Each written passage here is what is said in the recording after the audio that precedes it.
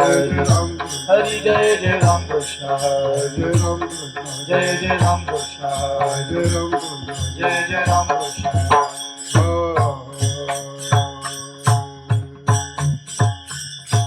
रूप पाहता लोचनी रूप पाहता लोचनी रूप पाहता लोचनी रूप पाहता लोचनी सुख झाले ओ साजनी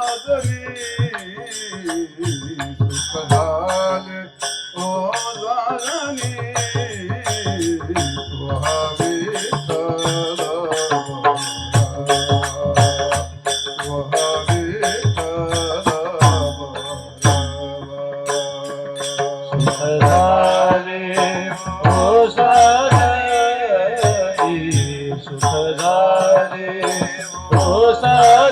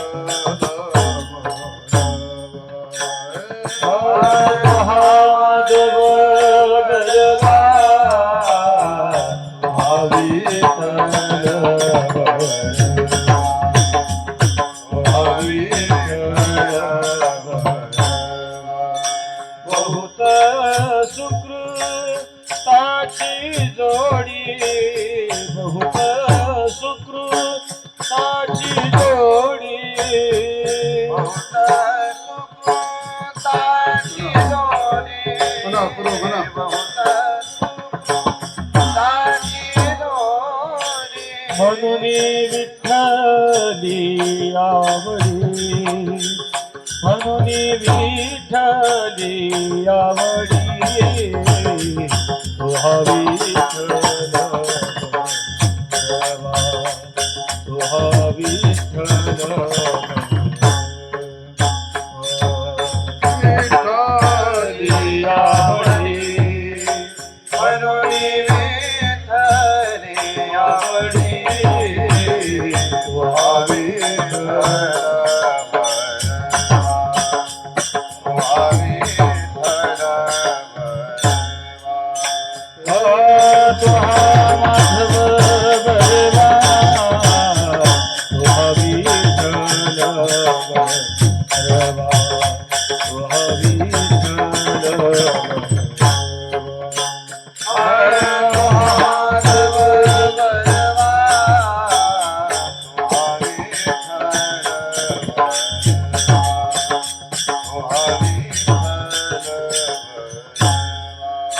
सर्व सुखाचे आधार सर्व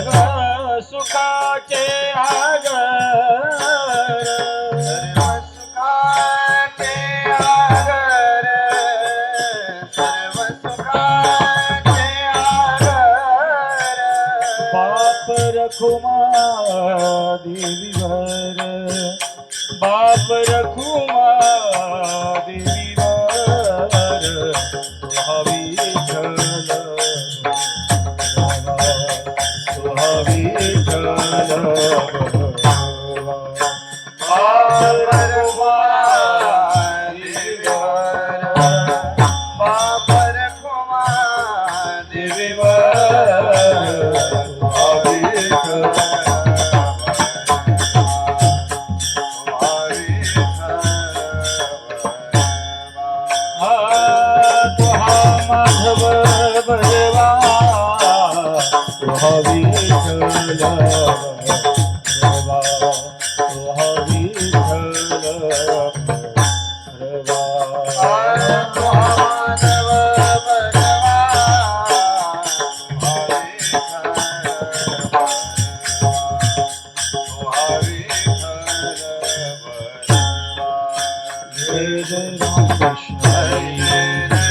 जय जय राम कृष्ण हरे जय राम जय जय राम कृष्ण हरे जय राम जय जय राम कृष्ण हरि जय जय राम कृष्ण हरे राम कृष्ण हरि जय जय राम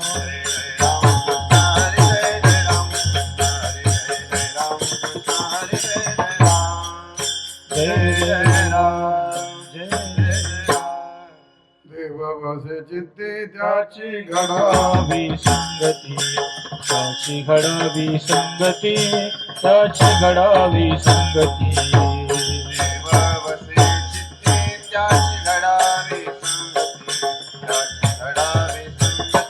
त्याची घडावी संगती ऐसे आवडती मना देवा पूर्वावी वासना देवा पूर्वावी वासना देवा पूर्वावी वासना ऐसे आवडते मना देवा पूर्वावी वासना देवा पूर्वावी वासना देवा पूर्वावी वासना हरी जन सविभीती न हो अंग संग तुटी न हो अंग संग तुटी न हो अंग संग तुटी हरिजना सविभीती न हो अंग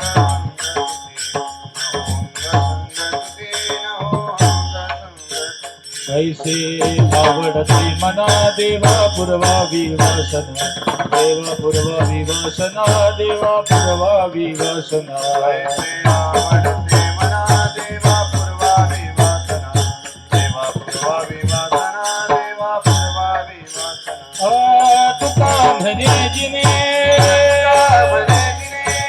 तुका म्हणे जिने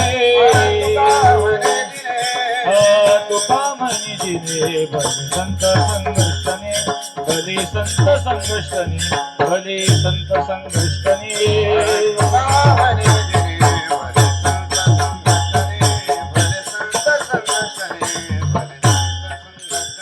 ऐसे आवडते मना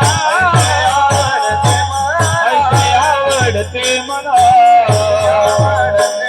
ऐसे आवडते मना देवा पूर्वावी वासना देवा पूर्वावी वासना देवा पूर्वावी वासना ऐसे आवडते मना देवा पूर्वावी वासना देवा पूर्वावी वासना देवा पूर्वावी वासना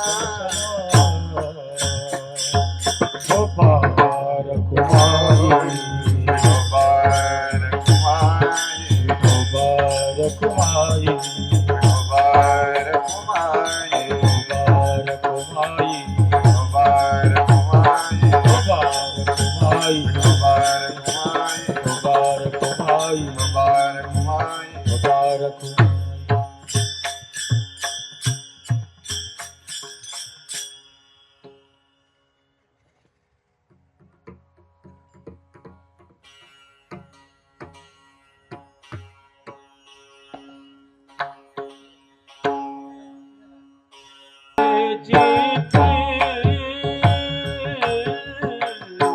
देवा बसे चित्ती देवा बसे चित्ती देव बसे चित्ती देव बसे चित्ती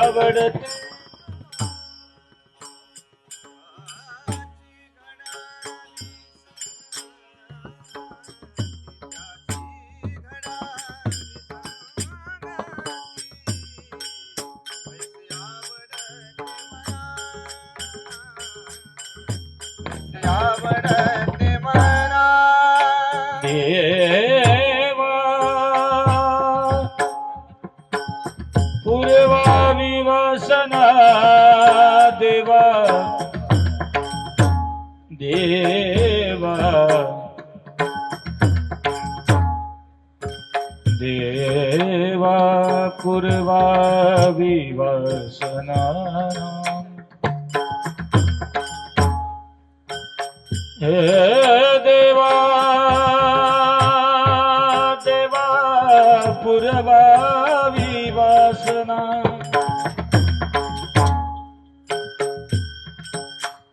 हे देवा देवा देवा देवा देवा देवा देवा पूर्वावी वासना देवा पूर्वावी वासना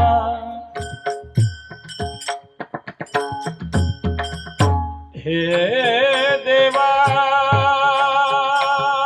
देवा देवा देवा देवा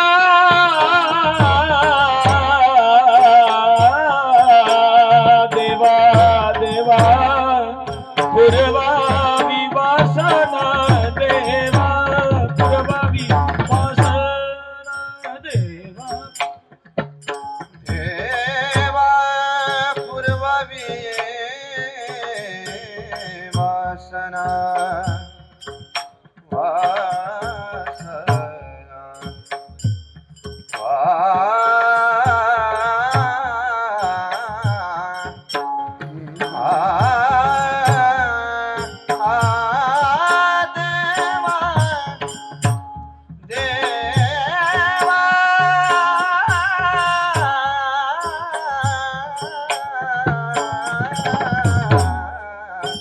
देवा पूर्वावी वासना देवा पूर्वा विवासना ऐसे आवडते मला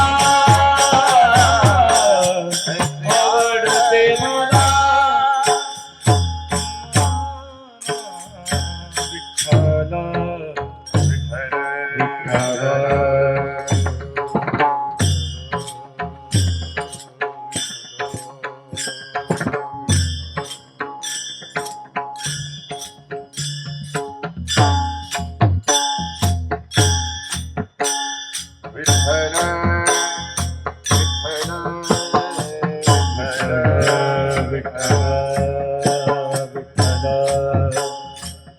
विठ्ठल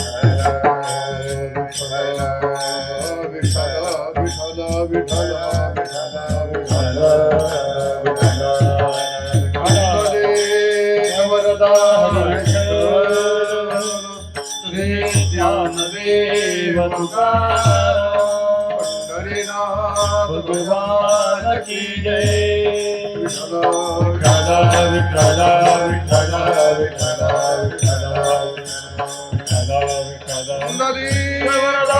विठ्ठल श्री ज्ञानदेव तुकाराम पंढरीनाथ भगवान की जय माऊली ज्ञानेश्वर महाराज की जय जगद्गुरु तुकाराम महाराज की जय विठ्ठल विठ्ठल विठ्ठल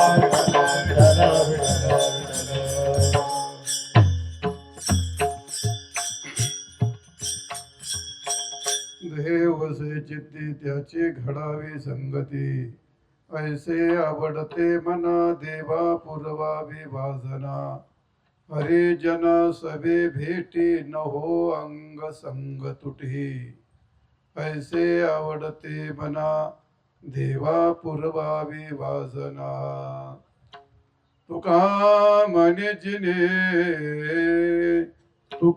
म्हणे जिने भले संत संघटने ऐसे आवडते मना देवा पूर्वावी वासना ध्येयं सदा परिभवग्नमभीष्टदोहम् तीर्थास्पदं शिववीरैचिनुतं शरण्यम् भृत्यारत्यहं प्रणतपाल भवाब्धिपोतो वन्दे महापुरुषदे चरणारविन्दम्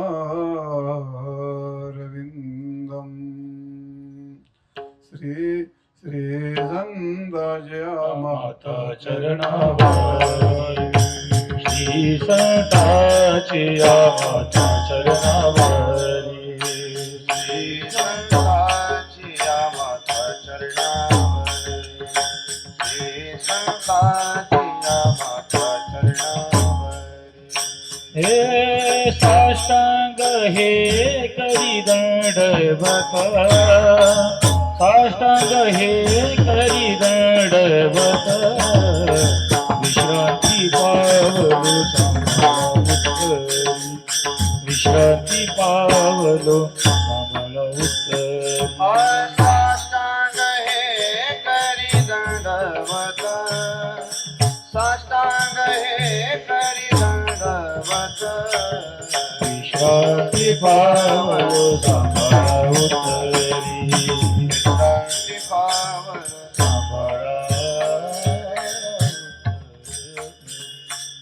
देवसे चित्ते त्याची घडावी संगती ऐसे आवडते मना देवा पूर्वावी अधिक देवसे चित्ते त्याची घडावी संगती ऐसे आवडते मना देवा पूर्वावी वासना. प्रस्तुत सेवेकरता घेतलेला अभंग संत श्रेष्ठ वैराग्यमूर्ती जगद्वंद्य जगद्गुरु श्री संत तुकाराम महाराज यांचा हा 4 चरणाचा संतांच्या संगतीचं विशेष महत्त्व प्रतिपादन करणारा अत्यंत उत्तम गोड आणि चिंतनीय अभंग सेवेकरता निवडला आहे.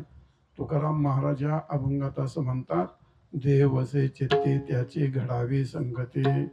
ज्याच्या चित्तामध्ये देवाचं वास्तव्य आहे अशा संत महात्मेची संगती मला घडू दे.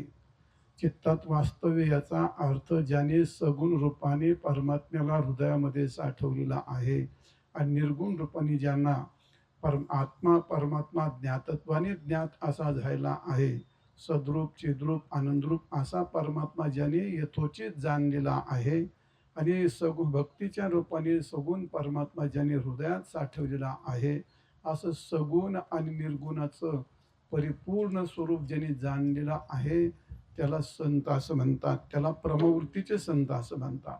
आणि अशा प्रमावृत्तीच्या संतांची संगती मला घडू दे. महाराज म्हणतात, देवसे चित्ते त्याची घडावी संगती.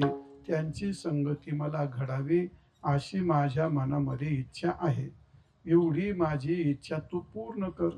महाराज म्हणतात, अशी संतांची संगती घडण्याकरता देवसे चित्ते त्याची घडावी संगती ऐसे आवडते मना आणि देवा पूर्वावी वासना. एवढी माझी इच्छा आहे ती तू परिपूर्ण कर. का संत कोण आहे ते तुला कळतात. संतांची भेटी करून देण्यात तू स्वतंत्र आहेस, सर्वतंत्र आहेस आणि त्यामुळे संतांची भेटी घडवून देण्यामध्ये तू सर्व समर्थ आहेस. आणि म्हणून तुझ्याकडे मी याचना करतो, देवा मला संतांची संगती घडू दे. ऐसे आवडते म्हणा हे देवा, माझी वासना ना माझी इच्छा तू पूर्ण कर. कारण का संतांची संगती करण्याकरता जीवामध्ये तेवढं सामर्थ्य नाही आमच्यामध्ये. संत कोण आहेत हे जीवाला कळत नाहीत. जरी कळाले तरी ते भेटत नाहीत. जरी भेटले तरी त्यांची संगती ही टिकत नाही. संत भेटण्याकरता, संत कळण्याकरता, संतांची भेटी होण्याकरता आणि झालेली भेटी टिकण्याकरता ही तुझीच कृपा असावी लागेल. बहुतेक वेळा संतांची भेट होती पण ती टिकत नाही. कठीण योगाहुनी क्षेम. तुकाराम महाराज म्हणतात, हरे जन सवे भेटी. यात योग सांगितला, संत भेटीचा योग. नव्हे नहो अंग संग तुटी. नहो अंग संग तुटी याचा अर्थ याच्यामध्ये क्षेम सांगितला. संत भेटीची योग येतो पण तो क्षेम होत नाही. संत भेटतात पण ती भेट झालेली टिकत नाही. त्याकरता तुझी कृपा असते पाहिजे. महाराज म्हणतात हरे जन सवे भेटे न हो अंग संग तुटे. जर माझ्या जीवनात संतांची भेट झाली, संतांची संगती घडली तरच माझं जीवन सार्थक आहे. अन्यथा जर मला संतांची संगती भेटली नाही, संतांचं जीवन संतांची संगती मला भेटली नाही तर माझं जीवन हे व्यर्थ होईल. महाराज म्हणतात का संत आणि भगवंताच्या संगती वाचून जीवन जगणं हे ते जीवन त्याला व्यर्थ जीवन असं म्हणतात. तो का म्हणे हरे जना सवे भेटे न हो अंग संग तुटे. पुढे काय तो का म्हणे तुका म्हणे जिने, जिने याचा अर्थ जगणे. तुका म्हणे जिने भले पण केव्हा संतांच्या संगतीमध्ये. संतांच्या संगतीमध्ये जगणं हे भलं आहे, योग्य आहे. आणि संतांच्या संगती वाचून जगणं ते कुत्र्याचं जिणं असतं, ते व्यर्थ जिणं असतं. संतांच्या संगतीत जगणं याचा अर्थ काय? संतांच्या संगतीमध्ये गळ्यात हात घालून फिरणे का? नाही. संतांनी ज्ञानेश्वर महाराज, तुकाराम महाराज, एकनाथ महाराज, नामदेव महाराज यांनी गाथ्यामध्ये, ज्ञानेश्वरीमध्ये, भागवतामध्ये जे विचार सांगितलेत मानवाकरता संतांच्या वचनाप्रमाणे जीवन जगणं याला म्हणतात संतांच्या संगतीमध्ये जगणं. आणि अशी संतांची संगती घडवून देण्याकरता तू समर्थ आहेस. म्हणून महाराज म्हणतात देवा पूर्वावी वासना ऐशा आवडते मना. देवा पूर्वावी वासना एवढी माझी इच्छा पूर्ण कर असा अभंगाचा शब्दशः अर्थ सांगितला. विठाल विठाल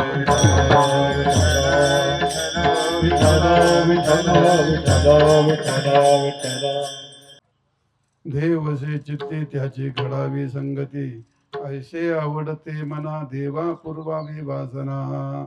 तुकाराम महाराजांनी या अभंगामध्ये संत संगतीचं महत्व प्रतिपादन केलं. भगवत प्राप्ती करता अनेक प्रकारचे साधने सांगितलेले असतात. जप, तप, योग, याग, तीर्थ, व्रत, वैकल्य, कर्म, उपासना, ज्ञान इत्यादी इत्यादी भरपूर साधनं सांगितलेली असतात. पण ते सर्व साधनं भगवत प्राप्ती करून देतील अशी काही खात्री कोणत्या साधनांनी सांगितलेली नाही. कारण ते प्रत्येक साधनं न्यून असतात. त्या प्रत्येक साधनात काहीतरी दोष असतो. त्याला अन्य साधनाची जोड द्यावी लागते. तर ते साधन करून करून काय करतं, अंतकरण काय म्हणतो त्याला, अंतकरणात दोष निवृत्त करत.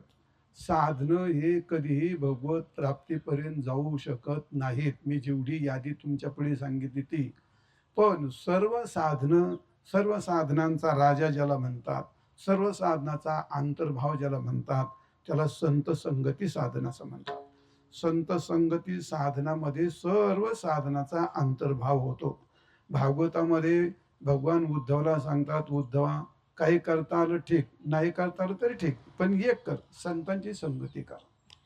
संतांची संगती केल्यानंतर सर्व संत संगती करणाऱ्या माणसाला त्यांनी योग केला असं होतं, त्यांनी याग केला असं होतं, त्यांनी कर्म केली असं होतं, उपासना केली. कारण सर्वांचं तात्पर्य, सर्वांचं सार संत संगतीमध्ये असतं. सर्वांचा सर्व साधनाचा परिपाक कुठं असतो? तत्वज्ञानामध्ये असतो. आणि संतांच्या संगतीमध्ये सहजरित्या सगळं आपोआप घडत असतं. आणि म्हणून संतांच्या संगतीत भगवान सांगतात, संतांच्या संगतीत प्रयत्नपूर्वक जर सत्संगेन परम प्राप्य तर ते दुस्तरा चिरात. तस्मादती प्रयत्नेन सत्संग सततं कुरु. उद्धवा काही कर नको करू, पण संतांची संगती कर, प्रयत्नपूर्वक कर. आणि संतांची संगती जर केली तर काय होईल? एका क्षणामध्ये सत्संगेन परम प्राप्य तरती दुस्तरात. अत्यंत दुस्तर या भवसागरातून तरती दुस्तरात चिरात, म्हणजे अत्यंत थोड्या वेळामध्ये तरती दुस्तरात चिरात. म्हणून तस्मादती प्रयत्नेनं सत्संग सत्संग. आधी प्रयत्नाने माणसांनी संतांची संगती करावी. संतांची संगती करावी याचा अर्थ संतांची संगती म्हणजे बरोबर फिरून पंक्ती जोडायच्या नसतात. संतांची संगती करण्याकरता संतांची संगती म्हणजे संतांनी सांगितलेल्या विचाराप्रमाणे आचरण करावं. संतांच्या सांगितल्याप्रमाणे आपला आचार असावं, संतांच्या विचाराप्रमाणे आपला विचार असावं, आणि संतांच्या मनोभावनेप्रमाणे आपली भावना असावी. संतांनी सांगितलेल्या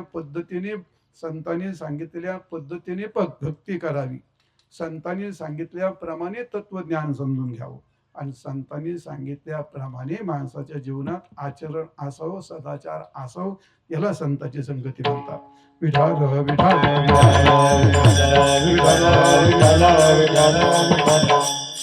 हो, जीवनामध्ये संतांची संगती किती गरजेची असते मी आपल्याला उदाहरण सांगेन. संतांच्या संगतीत माणसाचं जीवन जगत असताना 3 गोष्टी फार महत्वाच्या असतात. व्यावहारिक जीवन जगत असतो त्या कालामध्ये एक गोष्ट अत्यंत त्याज्य असते, एक गोष्ट उपेक्षा असते आणि एक गोष्ट ग्राह्य असते. ग्राह्य म्हणजे ती केलीच पाहिजे, त्याज्य ती गोष्ट टाकलीच पाहिजे आणि उपेक्षा ती असली तरी चालते नसली तरी चालते. मग जी गोष्ट अत्यंत त्याज्य आहे, व्यवहारामध्ये अत्यंत त्याज्य आहे, त्याला काय म्हणतात? विष. माणसाला विष जीवनात विष घेतलं तरच जगतो अशातला काय भाग आहे का? नाही.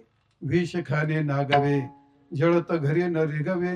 विष खाण्याचं काही कारणच पडत नाही, ते अत्यंत त्याज्य आहे. चुकून औषधाला रागाला म्हणून भांडण झालं म्हणून हे काही पर्याय आहेत का त्याच्यावरती? विष हे अत्यंत त्याज्य असतं. एक विषय समजला तुम्हाला.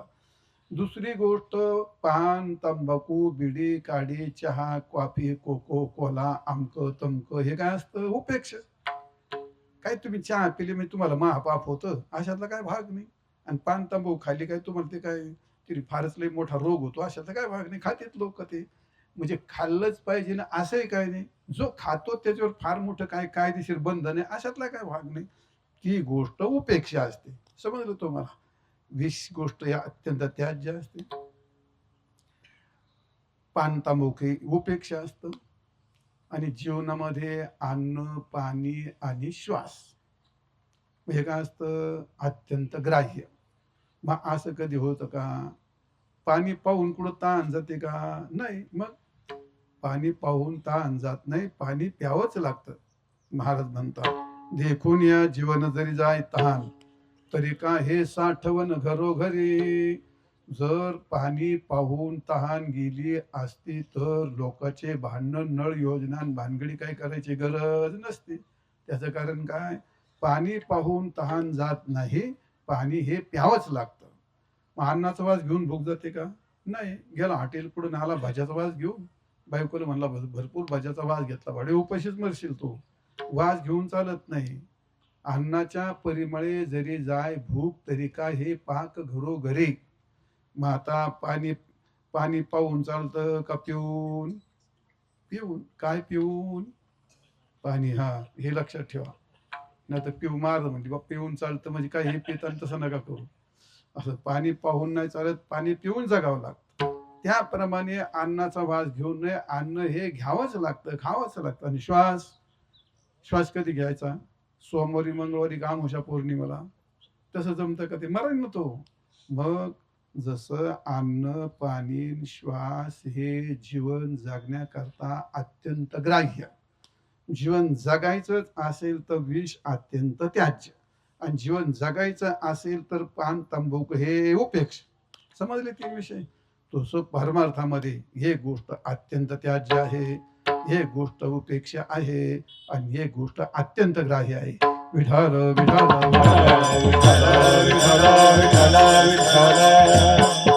हो, जीवन जगायचं, परमार्थ करायचं ना, परमार्थ करणाऱ्या माणसाला पाप अत्यंत त्याज्य असतं. जसं विष घेतलं की मनुष्य मरतो, तसंच परमार्थामध्ये पाप केलं का मनुष्य मरतो. याचा अर्थ परमार्थातला मृत्यू वेगळा असतो आणि व्यवहारातला मृत्यू वेगळा असतो. परमार्थातला मृत्यू त्यालाच म्हणतात ज्याने तुमचा परमार्थ बंद पडतो, त्याला परमार्थाचा मृत्यू असं म्हणतात. अजय भगवंतानी गीतेच्या दुसऱ्या आद्या शेवटी असं म्हटलं या ठिकाणी, काय बुद्धी काय ध्यायतो विषयान पुंस संगस्ते शुपजायते, संगात संजायते काम, कामात क्रोधोभिजायते, क्रोधात भवति सम्मोह आणि स्मृतिविभ्रमा. पुढे स्मृतिभ्रंशात बुद्धिनाशून, बुद्धिनाशात मेला, फार खलास झाला तो. धडधाकट दिसत असला तरी सुद्धा. मी तुम्हाला उदाहरण सांगतो यातला मृत्यू कसा असतो. एखादा वारकरी महिन्याची वारी करतो, पण जर काही पाप झालं ती महिन्याची वारी 2 महिन्यावर जाते, अजून 3 महिन्यावर जाते, 6 महिन्यावर जाते, वारी बंद पडते. याला म्हणतात परमार्थातला मृत्यू. रोज जप करतो, 1000 जप करतो, काही पाप झालं, काही भानगड झाली, 1000चा 500 येतो, 500चा 200 येतो, 200चा 100 येतो, जपच बंद होऊन जातो. याला काय म्हणतात परमार्थातला मृत्यू. गळ्यातली माळ निघून गेली, वारी बंद पडली, नित्यनेम बंद पडला, भजन बंद पडलं. हा काय परमार्थातला मृत्यू. आणि हा कशामुळे झाला? या ठिकाणी ध्यायतो विषयान पुंस. पाप केल्यानंतर पापाचा प्रवेश झाला की त्याला माणसाचा विष येते. पाप हे परमार्थातलं मोठं विष आहे. जी माणसं परमार्थ करतात, माणसं कशाला भीतात? कशाला? वाघाला भीतील, कुत्र्याला भीतील, मांजराला भीतील, साहेबाला भीतील, नाही कोणाला भीतील, बायकोला तर नक्कीच भीतील. बरोबर आहे का नाही? ते हक्काचं आहे भांडायचं काम तुमच्याकडे. ते बायकोला नक्कीच भीतील. अरे ह्या भ्यायच्या गोष्टी आहेत का त्या? मग कशाला भ्यायचं? ते तुकाराम महाराज म्हणतात, ज्ञानेश्वर महाराज म्हणतात, साहेबाला भिवू नको, वाघाला भिवू नको, कुत्र्या डोकऱ्याला भिवू नको, यमाला पण भिवू नको. कोण भीतो यमाला? जो पाप करतो तो. ज्याने पापच नाही केलं तो यमाला काय भीतो? तो काय यमाला भीत घालतो? तो धोड, तुला कोण खाते? त्याला तुला कोण खाते? तुझ्याकडं तुला आमच्याकडे पायाची ताकद पण नाही का? जी माणसं पापाला भीतात त्याला सगळे लोक भीतात, यम धर्मासकट त्याला भीतात. मग महत्वाचं कशाला भ्यावं माणसाने? पापाला भ्यावं. पापाला भ्यावं. परमार्थामध्ये पाप हे अत्यंत पापासारखी खत्री गोष्ट या जगात नाही. पृथ्वीपेक्षा जड, अग्नीपेक्षा दाहक, तलवारीपेक्षा धारदार आणि विषयापेक्षा मारक, सगळ्यात वाईट दिल्लीचा गल्लीत येतो. कोण आणतं त्याला गल्लीत? कोण आणतं गल्लीत त्याला? त्याचं पाप. श्रीमंताचा भिकारी होतो. कोण भिकारी करत त्याला? त्याचं पाप. विद्वानाचा मूर्ख बनतो. कोण बनवतो मूर्ख त्याला? त्याचं पाप. कोणतीही जगात व्यक्ती कोणालाही खाली ओढू शकत नाही आणि कोणी कोणाला या ठिकाणी खाली दाबू शकत नाही. त्याचं कारण फक्त त्याचं केलेलं नीच कर्म, त्यातून निर्माण झालेलं पाप त्याचं जीवन संपवतं. विठाल विठाल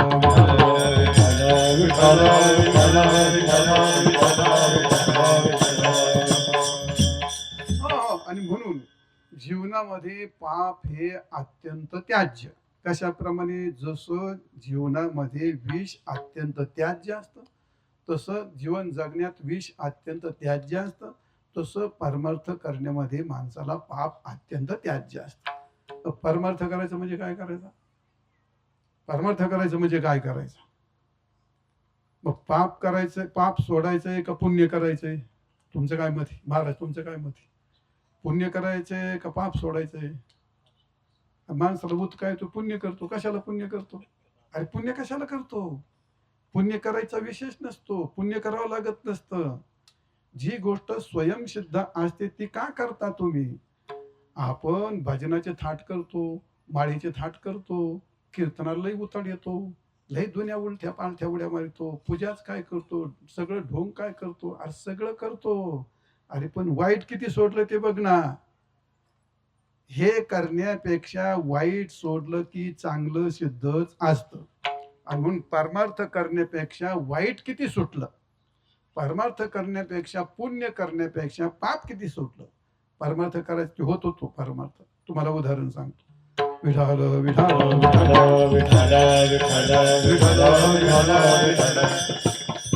तर रशियामध्ये एक मोठं मूर्ती प्रदर्शन भरलं आणि त्या मूर्ती प्रदर्शनामध्ये अनेक लोकांच्या मूर्ती आल्या होत्या. वेगवेगळ्या मूर्ती, रामाची, कृष्णाची, हनुमंताची, भगवान विष्णूची, अनेक मूर्त्या आल्या होत्या. अशा ते प्रभू रामचंद्राची एक मूर्ती होती आणि त्या सगळ्या मूर्तीमध्ये त्याला पहिला नंबर मिळाला आणि त्याला 5 लाखाचं बक्षीस मिळालं. पण सगळ्या लोकांनी त्याला विचारलं का तू मूर्ती करता काय केलं? तो मी काय नाही केलं. असं कसं काय तुला बक्षीस मिळालं? मूर्ती कशी बनवली, कशी तयार केली, कसे काय केलं? तो म्हणला मूर्ती मी केलीच नाही, आणि मग एक पत्रकार माणसाचे प्रश्न विचारला, चमत्कारिक असतात ते, नेमकं बरोबर प्रश्न विचारतात. ते म्हणते ह्या मूर्ती करता तू नेमकं काय केलं? हा ते म्हणला आता सांगतो म्हणला. ती अशी एक मोठी शिळा होती, मी त्यातला फक्त अनावश्यक भाग काढून टाकला, मूर्ती दगडातच होती, शोधण्यात जास्त नको. मग मूर्ती तयार करून बसवली का त्यातला अनावश्यक भाग काढून टाकला? तुम्हाला विहीर खांदायची, पाणी लावायचंय का माती काढायची? अरे पाणी लावायचं, विहीर खांदतो, पाणी लावतो का माती काढतो? अरे माती काढणार फक्त, पाणी लावणारा तो कोण दीड शहाणा लागून गेला. पाणी नाही लावायचं तुम्हाला, फक्त माती काढायची. सोन्यातलं किडाळ काढायचंय का सोनं निर्माण करायचंय? सोन्यातलं फक्त किडाळ काढायचंय. मग विहिरीतली फक्त माती काढायची. त्या मूर्तीतला त्याने दगडातला फक्त नको तो अंश कोरून बाजूला फेकला आणि मूर्ती दगडातच होती. तसं या दगडामध्ये अनावश्यक असलेलं पाप काढून टाकलं रे टाकलं. तुकाराम महाराज म्हणतात, देवची बरे देवची बरे तुका म्हणे तुका म्हणे खरे तुम्ही, तुका म्हणे खरे देवची बरे तुका म्हणे खरे तुम्ही, तुका म्हणे खरे तुम्ही, तुका म्हणे. ओ देवाची बरे तुका म्हणे खरे तुम्ही, तुका म्हणे खरे तुम्ही, तुका म्हणे खरे तुम्ही.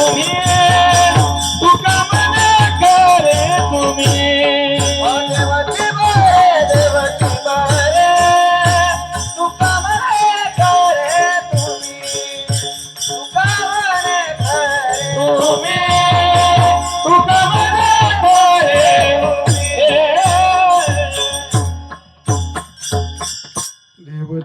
देवची बरे तुका म्हणे खरे तुम्ही. मुळात तू परमात्मा रूप आहेत. तुकाराम महाराज म्हणतात, हा तो स्वये परब्रह्म मूर्ख नेनेवर मग संत संग. मग त्या जीवात्म्याला काय फक्त पाप काढलं का तू स्वयंसिद्ध असतो ना. मुद्दा मुख्य काय सांगायचा आहे, पाप सोडणं याचा अर्थ जसं जीवनात विष त्याज्य असतं तर जीवनात पाप अत्यंत त्याज्य असतं. एक विषय संपला. दुसरा विषय आहे उपेक्षा. पण जीवनामध्ये तो उपेक्षा काय, पान तंबाखू बिडी ही उपेक्षा सांगितलं ना. तसं परमार्थ करणाऱ्या माणसाला प्रपंच हा उपेक्षा असतो. उपेक्षाचा असतो तो. माणसाच्या डोक्यात दिमाग घुसलेला असतो, मी यावं करतो, मी त्यावं करतो. यावं आणि त्यावं काय नाही करतात कोणाला. यावं त्याव जगात असे हजारो जन्माला तर गेले, कोणाला काही करता येत नसतं. वर पहा, असं अनिष्ट निवृत्त करील आणि इष्ट प्राप्त करून घेईल असा जन्माला काय कोणी? सृष्टीत बदल करतो काय तो? अनिष्टाची निवृत्ती कशी काय करू शकतो तो? आणि इष्टाची प्राप्ती कशी काय करू शकतो तो?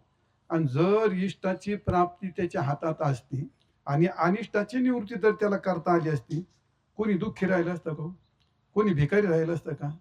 नाही, कारण त्याच्यात थम्मक आहे. इष्ट चांगलं प्राप्त करून घ्यायचं आणि वाईट दूर करायचं. चांगलं वाईट नाही, जे पुढं आलं ते तुम्हाला झक मारून भोगावं लागतं. तुम्ही काही ठरवलेलं नाही. इथं दाडमध्ये जन्माला यायचंय आणि ह्यांच्या घरात जन्माला यायचंय आणि याचं काय व्हायचंय काही ठरलेलं नसतं. कर्मामध्ये इतकं पक्का श्वास घ्यायला सुद्धा आपल्याला स्वातंत्र्य नाही. आता तुमचा श्वास बंद होऊ शकतो का चालू होऊ शकतो हे तुम्हाला माहित नाही. याचा अर्थ काय? जगणं जन्म माणसाच्या स्वाधीन नाही, मृत्यू माणसाच्या स्वाधीन नाही आणि जगणं ही माणसाच्या स्वाधीन नाही. श्रीमंत म्हणून तुमच्या स्वाधीन आहे काय? हा, तुम्ही म्हणल्याप्रमाणे कांद्याला भाव मिळतो का? तुम्ही म्हणल्याप्रमाणे शेतात माल येतो का? तुम्ही म्हणल्याप्रमाणे पास होतो का? नाही. तुमचं कर्म ठरवतं. तुमचं कर्म ठरवतं ते, आणि त्या कर्माप्रमाणे आपल्याला जगावं लागतं. सकाळी उठल्यापासून झोपेपर्यंत आणि जन्मल्यापासून मरेपर्यंत आणि हमालापासून पार जज मंत्र्यापर्यंत रोज उठला की प्रत्येकाचं काय पुढे जायचे आणि श्रीमंत व्हायचं का दुसरं काय? कोणा डोक्यात तिथे एवढी आवड असा आता मला महाराज व्हायचं असं नाही होत कधी. सगळं सोडून देतून पंढरपूरला जाऊन बसतो असं कोणी, तसं नाही म्हणत कोणी. उठला का पुढे काय? कोणी हमाला असू द्या, व्यापारी असू द्या, शेतकरी असू द्या, कोणी असू द्या, उठला का त्याला पुढे जायचं आणि त्याला श्रीमंत व्हायचं. काहीच्यापेक्षा दुसरी काय कल्पना आहे? काहीच नाही कल्पना. होतेत का मग ते? हमाल कष्ट कमी करतो का? व्यापारी कष्ट कमी करतो का? शेतकरी कष्ट कमी करतो का? कोण कमी करतं? सगळेच करतात. जीव तोडून करतात, जीव पणाला लावून करतात. होतात का? कुठं बिघडतं? मग बिघडतं कुठं? वर पहा, असं लाकूड असे रगडले, तेल पडन का खाली? वाळ्याला गवत रगडलं, तेल पडन का खाली? नाही. मग वाळू रगडली, मग तेल पडन का खाली? नाही. आणि तीळ रगडले असे, मग तेल पडन का नाही? मग आता रगडण्यात काय बदल आहे का? शेती करतो, व्यापार करतो, नोकरी करतो, चोऱ्या करतो, दूधही विकतो, दुधात पाणी घालतो, करतोय ते सगळं. अरे पण जिथं प्रारब्धाची तीळ येतं तिथं टप टप ते तेल खाली पडतं. समजलं ना? प्रयत्न नाही कश्चित क्षणोपी ज्यात तिष्ठत्य कर्म कृत. आपल्याला बांधून टाकलं तरी सुद्धा माणसं गप बसत नाही. निसर्गाचा प्रवाह असा आहे, तो तुम्हाला करायलाच लावतो. तुम्ही ते करतच राहता. तो हा वेगळा आहे. म्हणून भगवान सांगतात कर्मण्यवादी कारस्ती मा फलिशु कदाचन. कर्म करीत राह, चांगलं कर, सत्कर्म कर, आणि नेटाने कर, 100% कर, आणि पुढे जे येईल ते स्वीकार. याच्यापेक्षा दुसरं काही म्हणते. संतांनी प्रपंचाला काय म्हणलंय? उपेक्ष. तुम्ही आता सर्वांनी लग्न केले, तुम्हाला मुलं बाळ आहेत, घरदार आहेत, सगळे तुमचा परमार्थ चाललाय का नाही? तिने काय प्रपंचाने काय अडचण केली का? नाही. कीर्तनाला जाता येतं, भजनाला जाता येतं, वारी करता येते, सकाळी ज्ञानेश्वरी वाचता येते, काय अडचण नाही ना. प्रपंचाची कुठं काय अडचण आहे? काय अडचण नाही. आता आम्ही नाही केलं लग्न, आम्हाला मागण पुढून फुपटा उडून आम्हाला काहीच नाही, आमचाही परमार्थ चालला की नाही? अरे मग अडचण कुठे येते? ही गोष्ट परमार्थ करता ही उपेक्षा गोष्ट आहे. प्रपंचाची परमार्थ करता उपेक्षा गोष्ट आहे. ज्याच्याकडे आहे ना चांगली गोष्ट आहे, भरपूर आहे तुझ्याकडे, गरीबाच्या मुलीचे लग्न कर, कोणाला शिक्षणाला मदत कर, तुझा प्रपंच चांगला चालेल. आणि ज्याच्याकडे नाही त्यांनी त्याच्या पद्धतीप्रमाणे तुम्ही हो म्हटलं तरी तसंच, नाही म्हटलं तरी ते तसंच. प्रपंचाचा बदल आपल्या हातात नसतो. म्हणून तुकाराम महाराज म्हणतात, संसार तो काय तृणवतमय, अग्नी त्याशी खाय क्षण मात्रे. संसाराच्या बाबतीत फलकट तो संसार, येथे सार भगवंत. तुकाराम ज्ञानेश्वर महाराज म्हणतात, सर्व सुख गोडी सायेशी शास्त्र निवडी, रिकामा अर्ध घडी राहू नको, रिकामा घडी राहू लटिका लटिका व्यवहार सर्व हा संसार, लटिका व्यवहार सर्व हा संसार, लटिका व्यवहार सर्व हा संसार, लटिका व्यवहार सर्व हा संसार.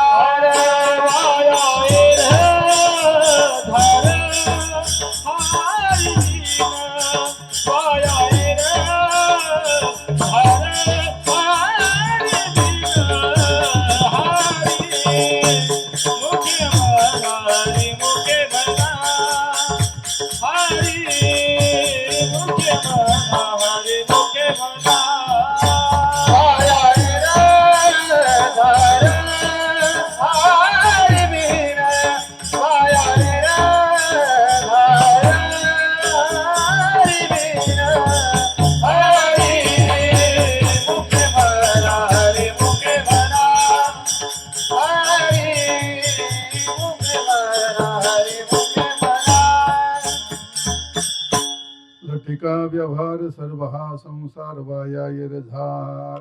मी आपल्याला 2-3 प्रमाणे सांगितले. प्रपंच उपेक्षा असतो, पाप हे अत्यंत त्याज्य असतं. आणि सगळ्यात महत्वाची गोष्ट, जर ज्याला वाटतं नरकाला जाऊ नये, अधोगतीला जाऊ नये, यमाचं बंधन येऊ नये, आपल्याला यमाचं दुःख होऊ नये, असं ज्याला वाटतं, त्यांनी जसं ज्याला जिवंत राहायचंय त्यांनी त्याच्या जीवनात अन्न पाणी श्वास घेतलाच पाहिजे.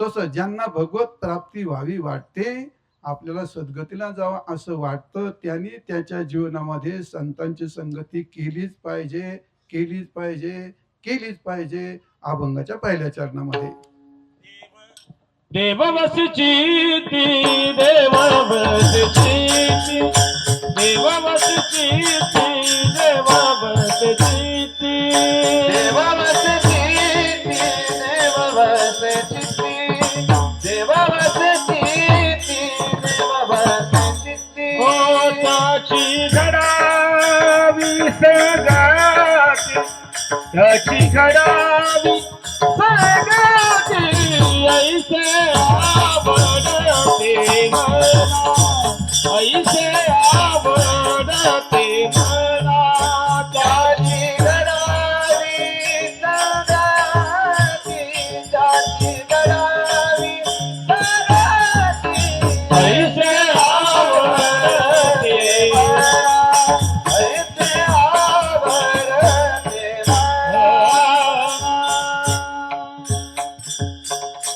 देवसे चित्ती त्याची घडावी संगती. तुकाराम महाराज भगवंताला कसं का म्हणतात संगती घडू दे? तुकाराम महाराजाला संत भेटत नव्हते का? संत कळत नव्हते का? महाराजांनी जीवाची भूमिका अंगावरती घेतली, आज्ञानाची भूमिका अंगावरती घेतली. देवा मला संतांची संगती घडवून दे. कारण का आम्हाला संत कळत नाहीत. जीवाला माणसाला सगळं कळतं, राजकारण कळतं, गावकारण कळतं, भांडायचं, मारामाऱ्या करायच्या, साड्या लावायच्या, चोगल्या करायच्या, लग्न करायचे, सगळं कळतं. फक्त कळत नाहीत तीन गोष्टी. पहिला धर्म कळत नाही, दुसरं ब्रह्म कळत नाही, आणि तिसरे संत कळत नाहीत. विठाल विठाल हो, धर्म कळत नाही. धर्म का कळत नाही? धर्म अत्यंत सूक्ष्म आहे. किंग कर्म किंवा कर्मे ते कवयो पित्र मोहित. हा धर्म अत्यंत सूक्ष्म असतो. धर्म सहजासहजी माणसाला कळत नाही. धर्मावरती खूप व्याख्याने ठोकतात माणस. अरे आतापर्यंत कोणत्या ग्रंथकार त्या धर्माचं लक्षणच करता येत नाही. इतकी व्याप्ती आहे त्या धर्म शब्दाची, इतकी व्याप्ती आहे. देश धर्म, काळ धर्म, देश धर्म, काळ धर्म, संसार धर्म, लौकिक धर्म, घरामध्ये वागतो आपण त्याला पती धर्म, पत्नी धर्म, सासू धर्म, सासरा धर्म, हे इतके बारीक बारीक बारीक जोडलेले आहेत. ते धर्माची व्याप्ती एवढी मोठी आहे. असे धारणा धर्मित्य आहो. जे धारण करतो त्याला, जो समाजाला धारण करतो त्याला धर्म, त्याचे 17 लक्षणं करून टाकले. माणसाचा फार गोंधळ उडून जातो. आणि म्हणून सहजासहजी सर्वसामान्य माणसाला धर्म कळत नाही. बरं मग तुमचा आत्मा कळतो का तुम्हाला? काय नाही कळत. आत्मा कळतो असं नाही. कोणला आत्मा कळतो? मला नाही वाटत या माणपात कोणी वरात करीत म्हणून. कळतो कोणला आत्मा? काय नाही कळत. त्याला जीव आणि आत्मा आणि कुटस्थ आणि ब्रह्म यातले काही कळत नाही. लय मोठमोठे लेखक पाहिलेत मी. एकदा पुण्यात गेलो होतो आणि एका रताळ्याने एवढं, डॉक्टर होता, डॉक्टरेट होता, आणि त्याच्यावर पुस्तक लिहिलं होतं मनाच्या पलीकडे. काय वा, मी ह्यानीच फेकून दिला. काय मूर्ख माणसं त्याच्या आयला डॉक्टरेट झाला हा. आणि त्या मनाचे लक्षण काय, मन आत्म्याला जोडितो, मन आत्म्यापासून दूर होतं ना, असं होतं. आता काय करावं ह्या माणसाला? याला गाढवाला आत्मा कळ ना, आता मन कळ ना. अरे मन काय वस्तू हे का? मन काय आकार हे का? ते काय संशयाचं रूप ती गोष्ट. वाया मन हे नाव, एरवी कल्पनेचे सावयव, अशी गोष्ट. तर जाऊ द्या मुद्दा. आत्मा आपल्याला काय आमची बोंब चालली. अरे 40, 45, 50 वर्ष मी अध्ययन करतो, माझी पार घटे हाडकन काढकं बाहेर निघाले. मला धाडाचा आत्मा कळाना. शब्दाने कळावं आत्मा असतो तसा आत्मा. कसं आहे मग? काय गोष्ट म्हणजे ब्रह्म हे कळणं इतकं सोपं नाही का? तो वृत्तीचा विषय होत नाही. परमात्मा हा वृत्तीचा विषय होत नाही. परमात्मा सद्रूप आहे, चिद्रूप आहे, आनंदरूप आहे. आणि हा कोणत्याही वृत्तीचा विषय होत नाही, कारण तो ज्ञानरूप असतो. आणि त्यामुळे आत्मा परमात्मा हा कधी ज्ञेय होत नाही. ज्ञानाचा विषय कधी होत नाही, कधी झाला नाही, कधी होऊ शकत नाही. त्यामुळे आपल्याला आत्मा ब्रह्म कळत नाही. जास्त नाही सांगत तुम्हाला, डोक्याला शिन नको. पहिली गोष्ट धर्म कळत नाही, ब्रह्म कळत नाही. मग संत कळतात का? कोणा ढेकळं संत कळतात? संतावर व्याख्यानं देता येतात, संतावर पुस्तकं लिहिता येतात, संतावर ते व्याख्यानं जोडतात, निबंध लिहितात, फार मोठमोठे ग्रंथ लिहिणारे संत. पण संत म्हणजे काय? काय संत म्हणजे काय? संत कुठं कळतात? काय नाही कळत. संत का? धर्म कळत नाही, सूक्ष्म आहे म्हणून. ब्रह्म का कळत नाही? वृत्तीचा विषय. आणि संत का कळत नाही? लायकीच नाही संत कळायची आपली. विठाल विठाल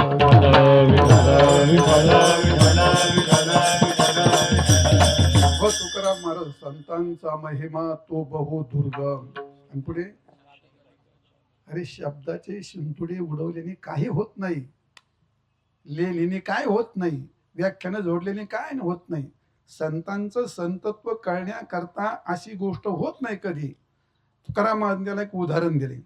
आता आपण सगळे शेतकरी आहेत. मी लहानपणी शेतीच करीत होतो. मग आता आपल्याकडे शेळी असते. शेळीने किती दूध दिलं, ती गाय इतकं दूध देते का? बरं, गायीने किती दूध दिलं, ती म्हशी इतकं दूध देते का? म्हशीनं किती दूध दिलं, ते जर्शी इतकं दूध देते का?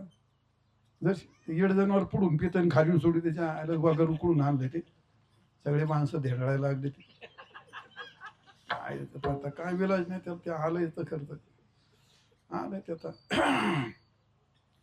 शेळीने किती दूध दिलं, ती गाय एवढं देत. गायीने किती दूध दिलं, ती म्हशी एवढं देत. म्हशीने किती दूध दिलं, जर्शी इतकं देत नाही. पण जर्शीनं किती दूध दिलं, ते काम घेऊन होती का ती? तुकाराम बहु दुधड जरी झाली म्हैस गाय, तरी काय होईल कामधेनू. जशी ती कामधेनू होत नाही तशी आपली बुद्धी तुम्हाला संत कळतील ही एकदम झूट गोष्ट. जगात संत आतापर्यंत कोणालाही कळाले नाही आणि यापुढे कधी कळणं शक्य नाही. संत फक्त तिघाला कळतात. संत पहिले शास्त्राला कळतात, संत दुसरे भगवंताला कळतात आणि संत तिसरे संताला कळतात. विठाल विठाल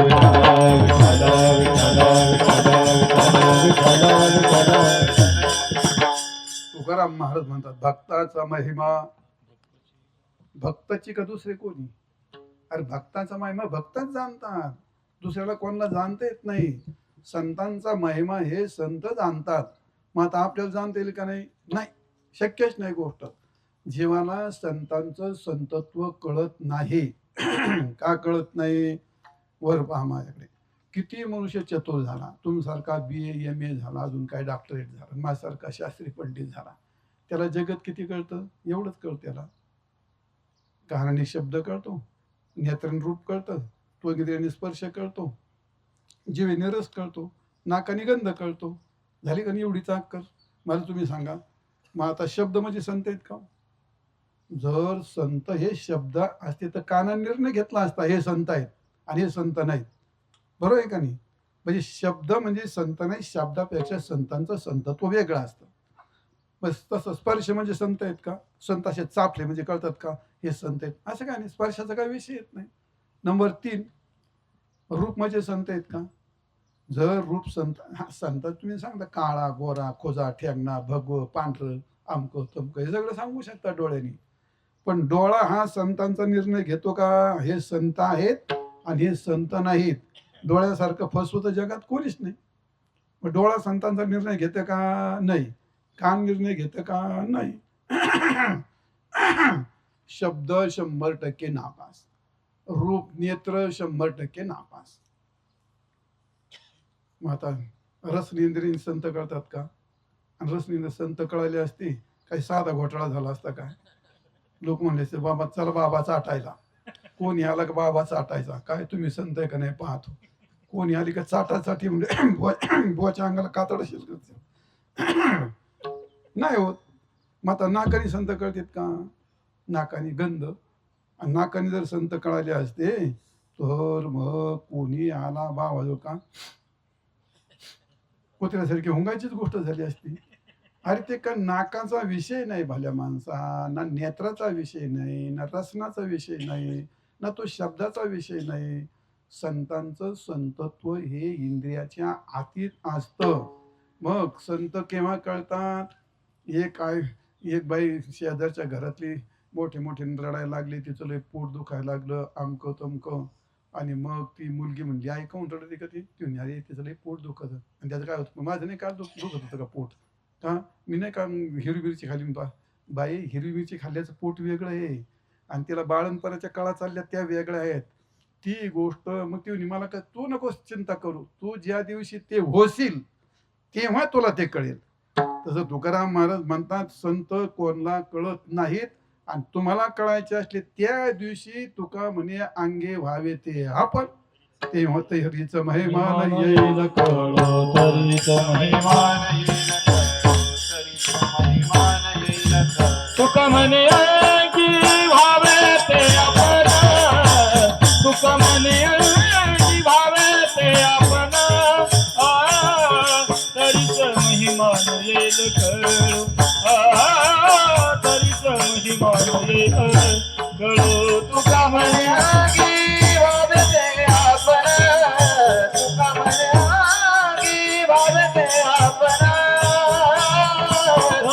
महिमा येईल कळो. तुका म्हणे अंगे व्हावे ते आपण तरीच महिमान येईल कळो. संतांचं संतत्व माणसाला त्याच्या बुद्धीच्या कक्षेत येत नाही. ते अंतकन वृत्तीचा विषय होत नाही. ती अनुभूतीची गोष्ट आहे. साखर, खडी साखर, गूळ कसा गोड लागतो हे जगात कोणाला सांगता येईल का हो? कसं काय सांगता येईल? काय सांगेल काय तो? काय म्हणतो साखर कशी म्हणजे गोड. गोड म्हणजे काय सांगितलं? गोड म्हणजे काय? आता काय तुझं डोंबलं सांगेल पुढं. गाकाराच्या पुढे डकार, गला काना एक मात्रा गो आणि त्याच्या पुढे ड बर पुढे गोड. गोड म्हणल्यावर तुम्हाला गोड कळतं का? गोड म्हणल्यावर गोड कळतं का? मग गोड शब्द ऐकला का गोड कळालं तुम्हाला? फक्त शब्द ऐकला. अरे शब्दाने काय गोड कळतंय का? ती शब्दाने गोड. मग साखरेचा खडा तोंडात घातला आणि चघळल्याच्या नंतर गोड काय असतं हे त्याला कळतं. लक्षात आलं आपल्या. त्याप्रमाणे जशी त्या साखरेची गोडी सारखी सकळा आणि थोरा मोठ्या बाळ सगळ्याला जशी साखर तोंडात घातल्यानंतरच कळते गोड, तसं संतांचं स्वरूप संत झाल्यानंतरच कळतं. बाकी परोक्ष रूपाने, अन्य रूपाने, संतांचं संत अनुमान रूपाने आपण त्याचं काहीतरी करत असतो. म्हणून तुकाराम देवा संत आम्हाला कळत नाहीत, संत तुला कळतात. आणि म्हणून तू एक कर, तू प्रसन्न हो आणि मला संतांची संगती घडून दे, कारण का तुला संत कळतात. विठाल विठाल तापत्रय तापली गुरु ते घेऊशित भगवे देखुनी म्हणते दारा स्वामी तव तेने नोनी उपदेशाची रीती आन आन उपदेशिती ऐसे झाले संत ते कवन संत ते कवन हे जानवी कोण केशरा. कुठे एक दिवस एक ड्युटी करून आलं घरी, चाललं इचकीत त्या कॉलनीमध्ये राहत होतं. ते पुढचं ते मधल्याच घरात बसला बी आपण बसला इचकीत. हे चहा आण. तिनं आणला, ती इचकीतच होती. आणला चहा दिला ठेवून. आता इचकीत तरी एक घोट घेतला. हे आज साखर कशी काय टाकली? आणि मग 3 वर पाहते, हे अहो तुम्ही कोणाच्या घरात आला? अरे राम सॉरी. अरे काय सॉरी म्हणजे पुणीकडे मी सगळे फिरून येतो महाराज. पहाटे 6 वाजता फिरून येतो मी. त्यात चौकामध्ये मुली असतात 7-8 नगरला चालल्या असतात. त्या ह्या बाजूला मुलं आणि ह्या बाजूला मुली असतात. एक तर तरी फार तोंड बांधून घेतात. काम तोंड काळं केलंय का काय मला काय कळणं. डोळे दिसत नाहीत अशा घेतल्यात बांधून. बरं बांधा. त्या 10-20 मुलींनी इकडं 10-20 पोरं, प्रत्येकाचं डोकं खाली. त्याच्यात काहीच किती. एक दिवस ती गाडी भरकन निघून गेली आणि मग माझ्या गाडीच्या मागं पळत गाडीचं गेली. जाऊ द्या, हा प्रकार जाऊ द्या. मुद्दा असा सांगायचा आहे, जीवन समजून घेतलंच पाहिजे. तुम्हाला सगळी दुनिया वाचता येते तर संतवांग नाही वाचा थोडं. त्यामुळे तुकाराम महाराज म्हणतात, ज्ञानेश्वर महाराज म्हणतात, तापत्रय तापले गुरु ते घेऊशी भगवे देखोनी म्हणते तारा स्वामी ते तव नेनी उपदेशाची रीती आणि आन आन उपदेशिती तैसे झाले. कोण कानात मंत्र फुकितो, कोण माळच घालतो, कोण अंगारात फुकितो, कोण रिंगणातच बसितो, कोण डोक्यावरच उभा करतो, कोण पालथात पडतो, कोण भूतानाच पडतो. अरे संतांचे विचार घ्या, संतांचे विचार घ्या. उलथे पालथे हे नवरात्र आलं का अरे राम राम राम राम राम. काय माणसं ते हातात ड्युटी घेऊन पळत येत. ते त्या पोराची पार कातडी निघलीत पायाची. मी लय चपला घाल नाही बाबा म्हणला. हा 10 दिवस आम्ही पायात चपलाच नाही घरीत. ती ड्युटी घेऊन थेट कोल्हापूरला जाऊ. फार कातडी निघलेत भल्या माणसा. अरे पण हे काय अनाचार असतो मान्य, अत्याचार असतो, मूर्खता.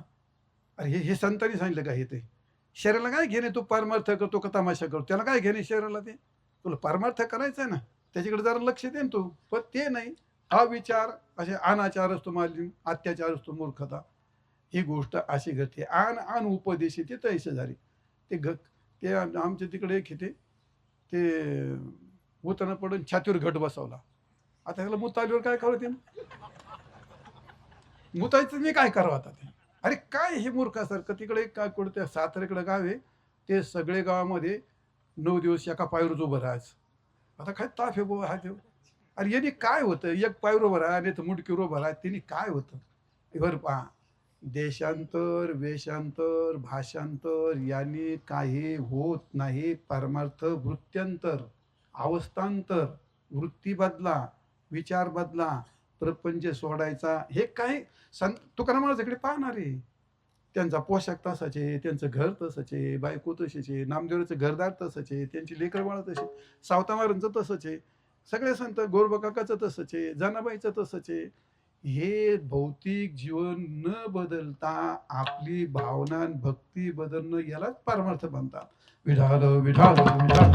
विठ्ठल विठ्ठल न पळून मग कोणाच्या गळ्यात पडल्या जातं आणि त्याचं माऊली सांगतात तैसे झाले तैसे झाले. देवा आम्हाला संत कळत नाही, देवसे जिद्दी त्यांची घडावी. आईशी आवडते म्हणा, तू माझी ही एवढी इच्छा पूर्ण कर. आणि जर तुम्ही तुमच्या मनाने संत गुरु निवडले तर काय फजिती होती. ज्ञानेश्वर महाराजांच्या भाषेत तुम्हाला गोष्ट सांगतो, ऐका. ज्ञानेश्वर महाराज म्हणले, एक मनुष्य प्रवासाला निघाला होता, मे महिना होता, खूप ऊन लागलं होतं, उन्हाळे दिवस, पाय भाजले, ऊन लागलं, तहान लागली, चालला. आता काय करावं काय करावं.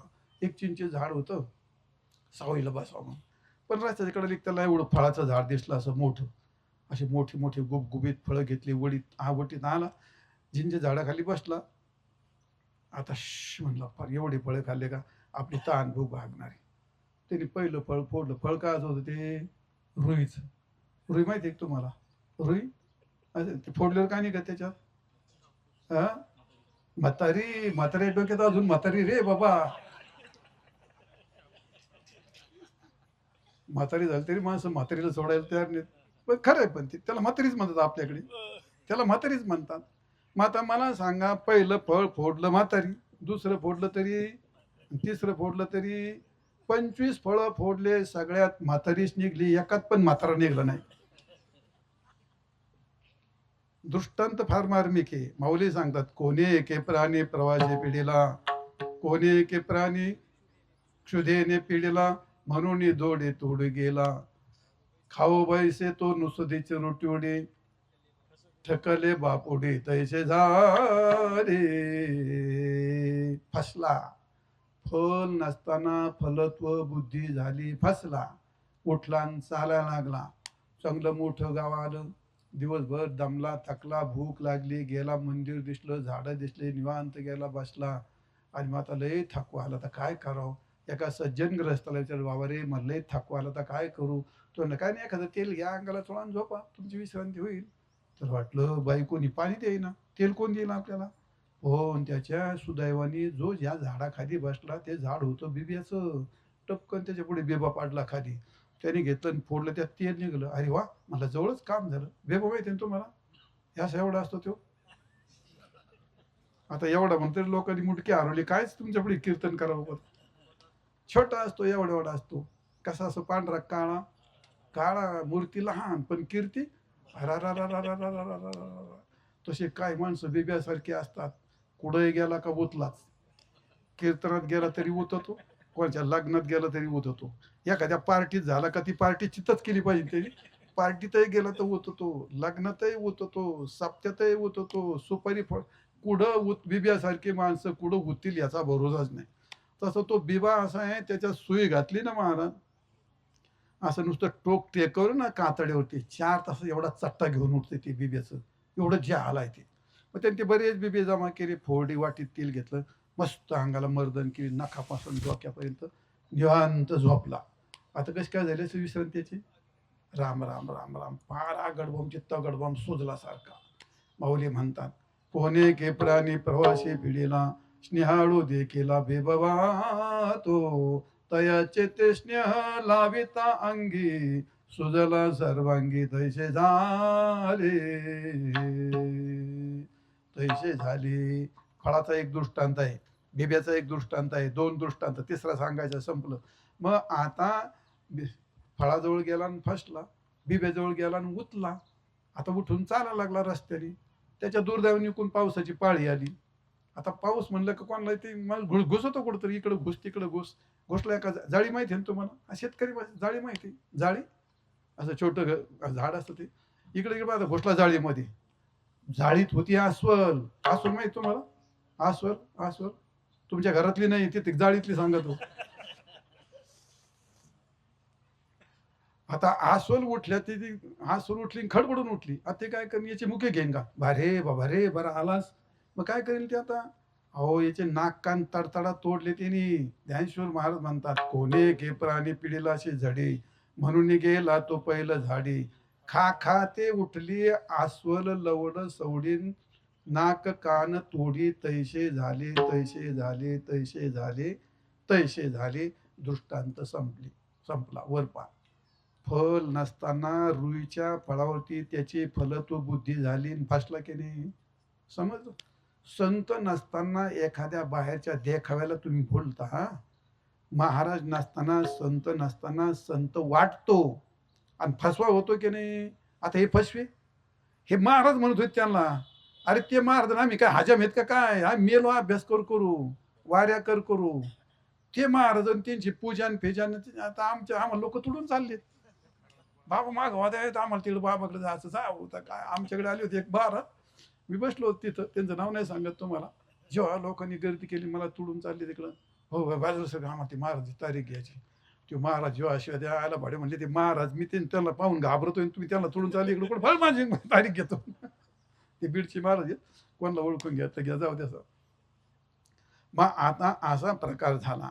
फल नसताना फलत्व बुद्धी, संत नसताना संतत्व बुद्धी फसवा. एक. नंबर 2, किती माणसं भावनेने बाबा म्हणून संत म्हणून जातात, मठात जातात, आणि ती माणसं अंगावर उतलेली तुम्हाला पाहायला मिळतात. आता हे उतण्याचाच प्रकार आहे. हा सिनियरचं काय आहे, उतण्याचा प्रकार. ही उतली का नाही माणसं? उतली, बिब्यासारखी उतली का नाही? मग बिबा उतल्याच्या नंतर ते शरीर काय करतो तो? ह्या असे परिणाम होतात त्याचे. मग आता बिबा स्नेहाळू वाटला का, त्यांनी हे केलं का ते केलं का, पद मिळतं, पैसा मिळतो, बायको मिळते, दुनिया मिळते, बर चालेल. मग आता काय उतला. म्हणजे बिबा स्नेहाळू नसताना स्नेहाळू वाटला. जसा बिबा उतला तसा बाबा उततो. आणि मग पहिला उतला ह्यो बाबा, असे बाबा लय उतलेत आणि संप्रदाय सपाट केले त्या बाबांनी. पाठीमागचा थोडा विचार करा, की ते संप्रदाय सपाट केलं, कोणाच्या भावना दुखायला ते माझं बोलणं जास्त कडक असतं. सपाट केलं, संप्रदायाचं फार उद्ध्वस्त करून टाकलं. दुसरं तो काय म्हणतो त्याला, जसं त्या आंब्या झाडावरती ते आंबर येतो का नाही, पांधाड आलं, पांधाड पुढे गेलं संप्रदायाचं बघलं, आलं पांधाड पुढे सगळे आले ते.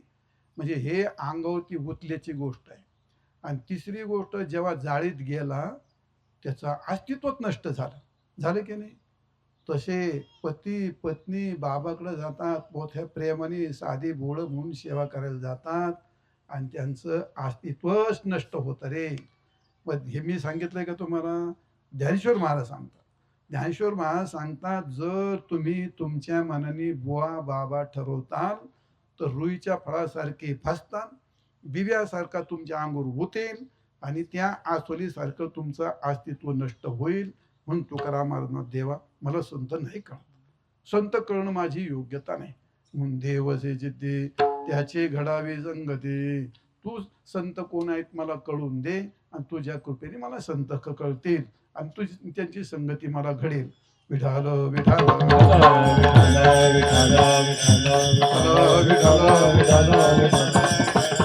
हो, जीव हा संगती प्रिय असतो. त्याच्या जीवनामध्ये संगती असते. पहिली असते कुसंगती, दुसरी असते विसंगती, आणि तिसरी असते सत्संगती. कुसंगती पापाने होते, विसंगती प्रारब्धाने होते, आणि सत्संगती पुण्याने होते. कुसंगती टाळायची असते, विसंगती भोगायची असते, आणि सत्संगती करायची असते. कुसंगतीचं फल आहे नरक, विसंगतीचं फल आहे फजिती, आणि सत्संगतीचं फल आहे मोक्ष. ज्याला जी पाहिजे त्याने ती घ्या, त्यात काय जास्तीचं स्वातंत्र्य असतं. कुसंग टाळावाच लागतो. ज्याला कुसंग टाळता येतो त्याला सत्संग करता येतो. दुर्जनाचे गंधे वेष्टेच्या परी देखून या दुरे भावेत, ऐका हो तुम्ही मात हे सज्जन,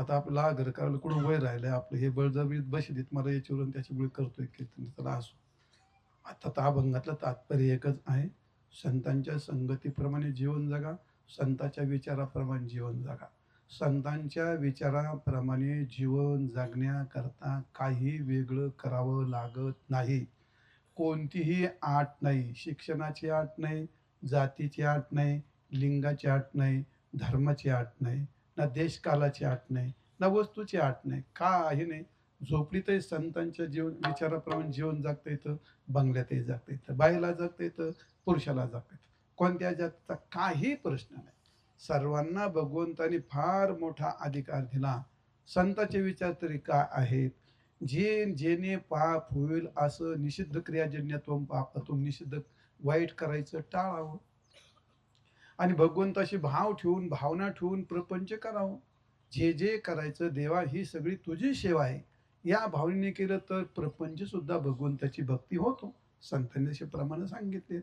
आणि हे सगळं आहे हे संतांच्या विचाराप्रमाणे समजून घ्यावं. प्रपंच, आयुष्य, शरीर, जगत, किंचित काळ आपण इथं आलो, कशाला हव्यास करायचा ते, हे संतांचे विचार आहेत. म्हणजे संतांचा विचार म्हणजे ज्ञान, संतांचा आचार म्हणजे नित्य कर्म आणि संतांची भावना म्हणजे भक्ती. याप्रमाणे जीवन जगावं. तरी त्याचं थोडं कमी जास्त झालं तर काही फरक पडत नाही. माणूस नेहमी एकदा करायला लागा त्याला भगवान कृपा करतो, मार्ग दाखव ददाम बुद्धियोगंतम येन माऊ पयांती, ते 10व्या अध्यायामध्ये मोठं वर्णन केलं आहे, ते असो भाग. आणि म्हणून संतांच्या संगतीत म्हणजे तर संतांच्या विचारांनी जीवन जगावं असं अभंगाचं तात्पर्य आहे. असं आपली वेळ संपलेली आहे. एकदा मोठ्या प्रेमाने भजन करा. ज्ञानेश्वर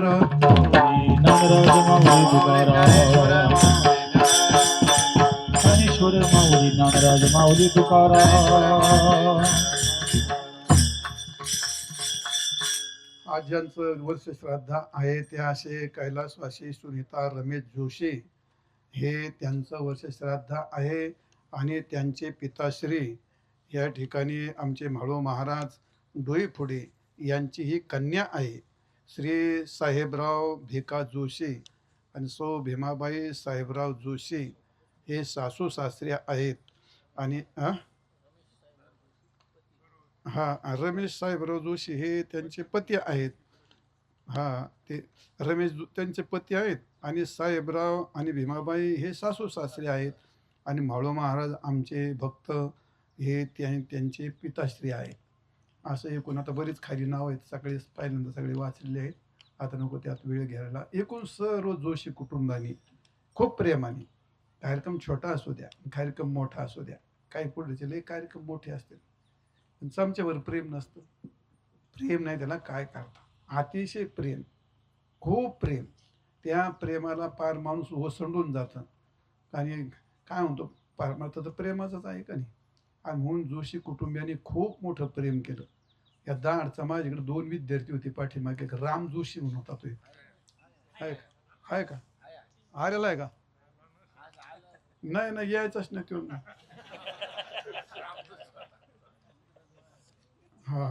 राम जोशी घाबरतो कशा झाला तो काय साधा सुद्धा नाही, आश्रम होता तेवढे जसा दंडमच्या दंडम होता. त्याला दुसरं एक काहीतरी लक्ष्मण काय नाव होतं. त्या 2 विद्यार्थी माझ्याकडे 2-3 वर्ष विद्यार्थी ते, चांगले पोर, फार गोड पोरं, फार सेवाधारी, फार छान होते मुलं ते. तर असो भाग ते कोण जोशी कुटुंबियांनी हा कार्यक्रम आयोजित केला. आमचे म्हाळू महाराजांनी खूप कष्ट केले. मला तर आणायचं म्हटलं, खूप बळजबरी, खूप प्रेम, लय विनंती केली. रात्री कार्यक्रम केला, थकलो होतो. आता कार्यक्रम फार बंद केल्यासारखे झाले, पण तरी आता काय सगळे फासे तुटतात पण प्रेमाचा फासा तुटत नाही. आणि त्यामुळे त्यांच्या प्रेमामुळे ते येण्याचा प्रसंग आला. तुमच्या सगळीकडे पण खूप समाधान वाटलं, खूप छान वाटलं.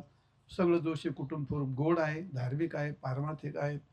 आणि आजच्या कार्यक्रमाकरता आमचे शिवाजी महाराज कापडी उत्तम प्रकारचे गाणे आहेत, संगीत विशारद आहेत.